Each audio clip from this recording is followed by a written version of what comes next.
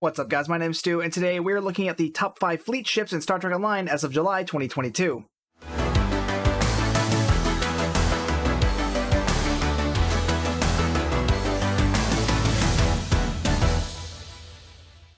Fleet ships in Star Trek Online are basically upgraded versions of their Zen Store counterparts. They typically have more hull, more shields, and an extra console slot. The nice thing about fleet ships is that you don't actually have to own the Zen Store version in order to obtain it. And because you can get free fleet ship modules through the game's reputation system, they're basically free ships. However, you can only get so many free fleet ship modules, and unlike their Zen Store counterparts, fleet ships are single character unlocks. So it could be very useful to know what are some of the better fleet ship options in the game. However, before I get into that list, let's go over what a fleet ship is, how you get one, and what they come with. Like I said earlier, a fleet ship is an upgraded version of its Zen Store counterpart. It'll have better shields, hull, and an extra console slot. However, it will not include the console, starship trait, and, if it comes with one, the unique experimental weapon from the Zen Store ship. There's another advantage to owning the Zen Store ship as well, and that's the cost of the fleet ship. If you do not own the Zen Store version, a T6 fleet ship will cost you 5 fleet ship modules and 20,000 fleet credits. However, if you do own the Zen Store version, that fleet ship will be discounted to 1 fleet ship module and 20,000 fleet credits. And keep in mind, the Zen Store version is the only way to get the console and starship trait. Fleet ships can be obtained from a starship vendor. These can be found in the shipyard of each of the home base maps. So that's Earth, Kronos, New Romulus, Deep Space Nine. I think there's one on the flotilla as well. Though in order to purchase a fleet ship, you do need to be in a fleet, hence the name, and that fleet does need to have a sufficiently leveled shipyard. I believe T6 ships need at least a level 4 shipyard to be able to purchase them, so if you're after a fleet ship, be sure that your fleet shipyard is sufficiently leveled. Also make sure that fleet has sufficient fleet ship provisions and that you have permission to use them. Every fleet has its own rules on how those are given out, so if you're having trouble purchasing one, maybe consult your fleet leaders. If you're looking for a fleet, I should mention that I am an admin in Access Denied.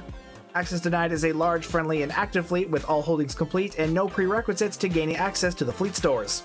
We also have a KDF sister fleet, NAW-TEM, and alt fleets for your alternate characters. Though, I'm sorry console players, we are only on PC. I'll link the Access Denied site down in the video's description in case you want to find out more about us or want to apply for membership. Now, with that out of the way, let's move on to the actual list. The first fleet ship we're going to be talking about is also one of the newest, the Fleet Soyuz Intel Heavy Frigate, aka the fleet version of the Bozeman.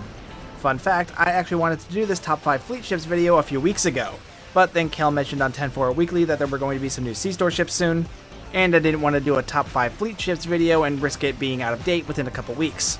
And boy am I glad I waited, because this ship is fantastic. This ship is a frigate, meaning it's sort of like a cruiser version of a raider. That means it has access to raider flanking and a bunch of universal seating. The Fleet Bozeman is also a full intel ship with a 5-3 weapons layout, so it's great for energy weapon builds.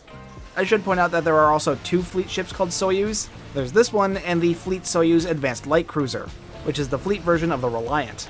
Trust me, you want this one, the Heavy Frigate, it's so much better. The Light Cruiser isn't even full spec and only has a Lieutenant Commander pilot seat. Now, the Zen Store version of the Bozeman actually comes with a decent console and starship trait, so I would say it's actually worth it to get the Zen Store version to get the console and the trait and that fleet ship module discount, but if you don't care about those things, by all means go straight for the fleet ship. The next ship on the list is the Fleet Hoover Temporal Warship, aka the fleet version of the Edison. This ship is a warship, meaning it's like a beefier version of an escort. Its mastery package is filled with offensive buffs, it doesn't have an experimental weapon, but it does have a 5-3 weapons layout, and this one is a temporal ship, so it can use Recursive Sharing 3, which is a very powerful ability. Pair that with a decent beam overload build and you are set to kick some butt. Another nice thing about the temporal warship is that there's actually a version of these for each faction, so you can get one in Federation, Klingon, Romulan, or Jem'Hadar flavor. The Zen Store version does have a decent starship trait. It could be kind of useful, especially on a temporal ship like this, but it's nothing I'd call a must-have, so don't be afraid to skip that and go straight to the fleet ship. Next up is one of my favorite ships in the game, both for its stats and its looks, the Fleet Shepherd Miracle Worker Battlecruiser, aka the Fleet Gagarin. This is a battlecruiser with a 5-3 weapons layout, and it's a Miracle Worker, so it's great for energy weapon builds. Just slap on Narrow Sensor Bands 3 and Mixed Armament Synergy 3, and you are going to do some pretty impressive damage with those energy weapons. Now, the Zen Store version of this ship does come with Entwined Tactical Matrices, which is a starship trait that's really useful for fire at will builds. It's also good for torpedo builds because of the extra torp spread it gives. So if you like fire at will builds or torpedo builds, I would probably recommend getting the Zen Store ship, but obviously that's up to you. Now, while it doesn't bother me, a common complaint I hear about this ship is about its turn rate. At a base turn rate of 7.5, this is hardly the most maneuverable cruiser in the game. But if you're still wanting to obtain an easy-to-obtain Miracle Worker ship, I do have an alternative for you. The Fleet Saber Miracle Worker Escort, aka the Fleet Da Vinci. Like the Shepherd, the Fleet Saber is a full Miracle Worker ship, so you're still going to have full access to narrow sensor bands and mixed armament. However, this one is an escort, so it's going to be much smaller, faster, and more maneuverable. I know there are some who talk down about this ship due to the fact that it has a 4-3 weapons layout, but trust me, that does not mean that this ship can't throw out some serious damage. This is another one that has an okay Starship trait and console on the C-Store version. Again, if that's something you care about, maybe consider getting the C-Store version so you can get the console trait and Fleet Ship module discount. But like the Fleet Shepherd, this ship is perfectly good on its own as well. Now, if you prefer more tanky builds, or if you like torpedo builds, this next one might be better off for you. The Fleet Malachowski Multi-Mission Command Cruiser, aka the Fleet Clark. This is a multi-mission cruiser, which means it has a little more science focused in the bridge officer seating, and it has a hangar bay. Being a full command ship means this will have access to the inspirational abilities, which is my favorite specialization mechanic. Let it build up and you can get access to either a big damage buff or a big heal buff, which will apply to the whole team.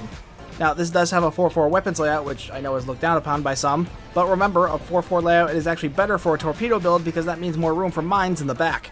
Though if you prefer to go for an energy weapon build, then you could always set up a broadside build.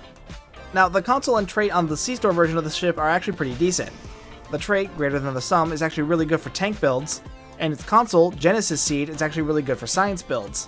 The console literally fires a Genesis device at your opponent, lets a planet grow, and then explodes. Even on non-science builds, it actually does pretty decent damage, and frankly, throwing a planet at your enemy is just a really satisfying thing to do. So I would probably recommend getting the C-Store version of this ship first before getting the Fleet version, but as always, it's up to you. Now, like with the Fleet Shepherd, the Fleet Clark really isn't the most maneuverable ship in the game. With a base turn rate of 9.5, it can feel a bit chunky. So if you're wanting something that's easier to fly, I would recommend the Fleet McGee Command Light Escort, aka the Fleet version of the Cabot. This is another new ship that came out at the same time as the Bozeman. However, being a command ship, this one is much better suited to torpedoes. Though being an escort, I would not recommend using this as a tank. And again, if you like torpedo builds, you may want to look at the C-Store version of this ship first, because it actually comes with a really nice torpedo build trait.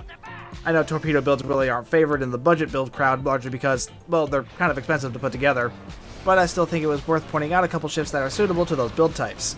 You know, just in case there's anyone out there who wants to pursue a budget version of a torpedo build. Speaking of build types that aren't great for a budget, number 5 on the list is a science ship, the Fleet Nautilus Temporal Science Vessel. This is a temporal ship with a 3-3 weapons layout. Temporal is actually really great for science builds. Not just because the support configuration on the molecular reconstruction mechanic gives several buff to science abilities. Specifically, it gives buff to maximum auxiliary power, exotic damage, and control strength, but a number of the temporal bridge officer abilities are also really good for science, because they either deal exotic damage themselves, or they count as unconventional systems triggers. Science builds are very reliant on their universal consoles. That's kind of true for all builds these days, but it's always been especially true for science builds. Neither the console nor the trait on the C-Store version of the ship are particularly impressive in this day and age, so with this one the only motivation to get the C-Store version is for the Fleet Ship module discount. There's also another Fleet Science ship that I'm rather fond of, and that's the Fleet Oberth Light Science Vessel. It's actually pretty similar to the Nautilus in that they're both temporal science ships with 3-3 weapons layouts. The big difference here is going to be their bridge officer seating. The Nautilus has a bit more focus on tactical seating, whereas the Oberth has a bit more engineering seating, which frankly is why you should probably go with the Nautilus over the Oberth, but the Oberth is still a pretty decent ship. It also has the benefit of annoying Star Trek Alliance community manager, Ambassador Kale, because we all know how much he loves the Oberth, and I'm going to keep reminding him of that until he remembers to do something that he and I talked about while in Chicago. Now, unlike the Nautilus, the C-Store version of the Oberth actually comes with a really good console, Phase Space Membrane, which has been part of the torpedo build meta ever since it came out. So if you like torpedo builds, then you'll probably want to get the C-Store ship, but if not, then feel free to pass. Now, before we wrap up, of course we got some honorable mentions to bring up. The first being the Fleet Suliban Silic Flight Deck Assault Carrier. If you like pet builds but you're on a budget, then this is probably the ship to go for. Being a flight deck carrier, it has 2 hangar bays, but unlike standard carriers, flight deck carriers are set up more like cruisers. Standard carriers are set up more like science vessels, but are underpowered due to their lack of a secondary deflector. Flight deck carriers don't have that problem, so you could set up a normal weapons-based build and still have 2 hangar bays full of pets. There are also 2 other variants of the flight deck assault carrier, the Tellarite Prelim and the Orion Blackguard. Stats-wise, they're all pretty much identical, with the exception that the Silic is the only one with a battle cloak. That said, I'm sure that won't stop most of you from picking the Orion version because, you know, Orions. I know it didn't stop me. And the last ship we're going to be talking about is the old Tier 5 Odyssey Star Cruiser. You know, the original T5 Odyssey Star Cruiser, which they gave out for free to promote the release of the Enterprise F. I'm kidding, this one really isn't worth talking about, but as I've said before, this is me we're talking to. You really can't expect me to not bring up an Odyssey. But it is true, you can get this ship as a fleet ship, and it doesn't even cost fleet ship modules. just 200,000 fleet credits. I'm not saying buy it, I'm just saying it's there. But this does give me a good excuse to remind you all that not all C-Store ships have fleet versions. So if you were wondering why I hadn't brought up a fleet version of the Odyssey, or the Adamant, or the Steamrunner, that's because they don't have fleet versions. The C-Store versions are already at fleet quality. Some C-Store ships are like this, it often has to do with how they were released. So if you're looking for a certain fleet ship, maybe make sure that it actually has a fleet ship version first. Yeah, those are what I think are the top 5 fleet ships in Star Trek Online. Plus a few alternate suggestions because I insist on being an overachiever with these videos. Why couldn't I have been an overachiever when it mattered? You know, like in school. Anyway, I hope this video helped you in making a decision. If you have a favorite fleet ship, or if you think I missed one that I should have talked about in the video, let me know down in the comments down below. While you're down there, be sure to hit like and subscribe and hit that bell for notifications. If you'd like to further support the channel, hit that join button or the super thanks button. I really do appreciate it. Either way, thank you so much for watching. My name's Stu, and I will see you guys next time.